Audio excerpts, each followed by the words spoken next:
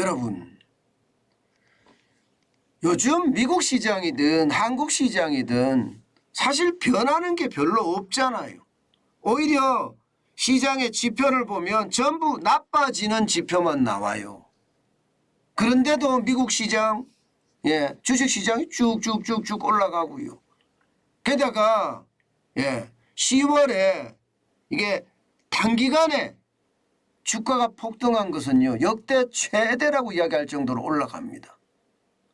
도대체 시장이라는 게 아무리 이해를 하려고 해도 실적 기반에서 생각을 해야 되는데 이게 실적 기반에서 생각할 수가 없는 거예요. 그만큼 말입니다. 주식시장은 요동을 치고 있다. 저는 이렇게 생각을 합니다. 그중에 대표적으로 말입니다. 그 주식시장을 요동치게 만드는 것은요, 미국의 금리 인상입니다. 이게 11월 3일 날 지금 금리를 인상하게 돼 있고요. 또 12월 14일에 금리를 인상하게 돼 있단 말입니다. 그런데 이게 말입니다. 이게 언제 얼마만큼 인상하느냐를 두고 시장에서는 맨날 갑론을박입니다. 그러면서 적게 올린다 그러면 주식시장이 폭등하고, 또 옛날처럼 올린다 그러면 내린다 그러면 이게 뭐 속도 조절을 한다 이러면 뭐 올라가는데, 반면에 옛날처럼 그냥 강하게 인플레이션 파이트로서의 역할을 한다 이러면 또 주가가 떨어지고, 세상에 참 롤러코스터 장세도 이런 장세는 없을 거예요.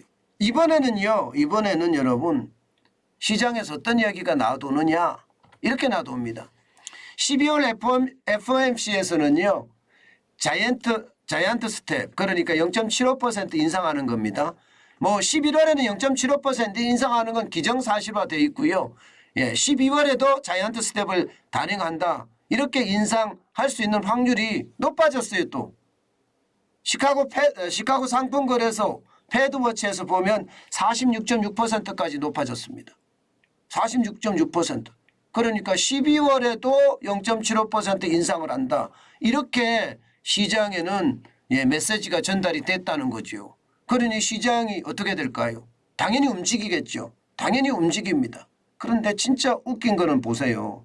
진짜 웃긴 거는 여러분 10월 11일까지만 하더라도 자이언트 스텝으로 할 확률이 60.2%까지 굉장히 많이 늘어났었어요. 12월에 말입니다.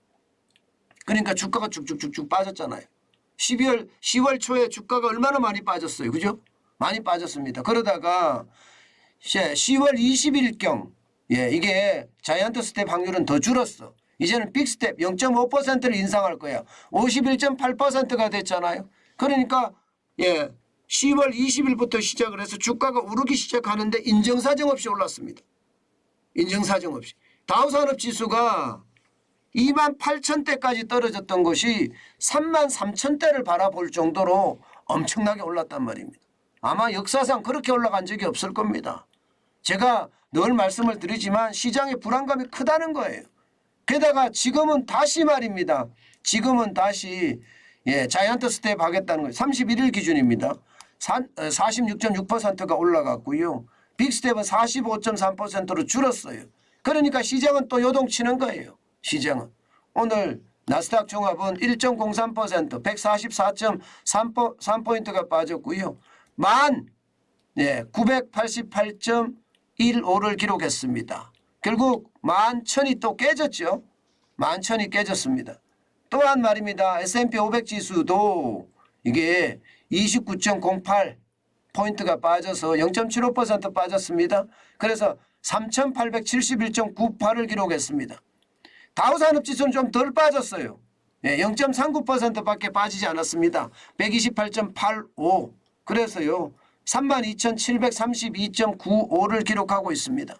이 다우산업지수는 생각보다 안 빠졌죠. 이것은 결국 말입니다. 12월에 어떻게 되느냐, 이것도 중요하다. 이렇게 시장에서는 읽고 있지만, 또 하나 11월 2일 날, 오늘이 11월 1일이죠. 내일 이제 미국 시간으로 내일이고요. 우리 시간으로는 11월 3일 새벽에 발표가 될 건데, 금리를 0.75% 인상한다, 이게 발표가 될 겁니다. 그러면 지금 미국의 3.25%의 기준금리가 4%가 되는 시점이거든요. 자, 우리가 여기에서 생각해야 될 거는 여러분 실질적으로 부담이 됩니다. 예, 예.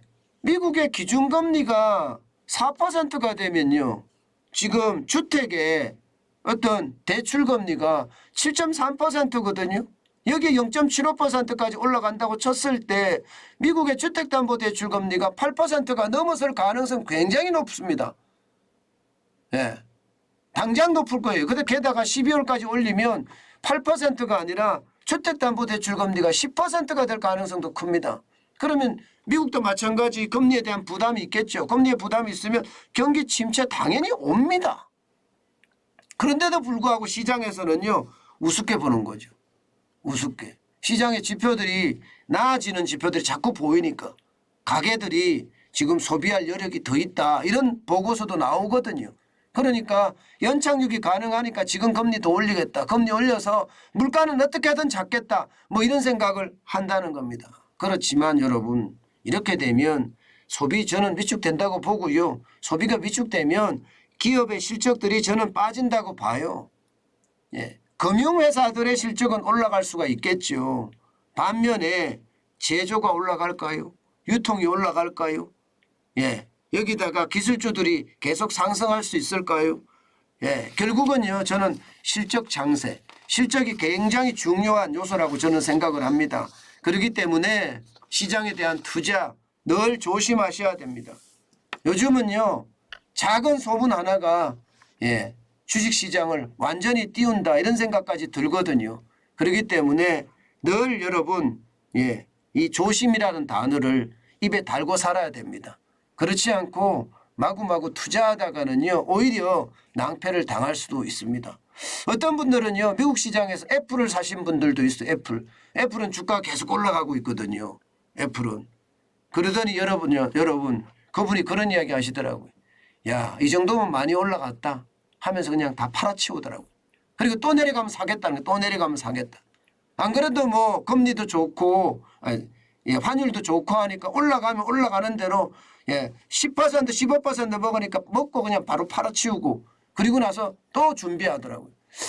요즘은 이런 롤러코스터 장세가 그런 예, 초우량주를 중심으로 해서 급등락이 반복이 되니까 그렇게 빼먹기 하시는 분들도 많다.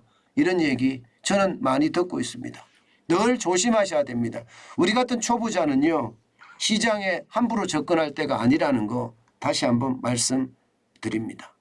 그렇지만 반드시 시장은요. 뚫어지게 쳐다봐야 됩니다. 그래야지 기회를 잡을 수가 있습니다. 그것은 우리가 부자가 되기 위한 지름길이라는 거 다시 한번 우리 머릿속에 새기자고요.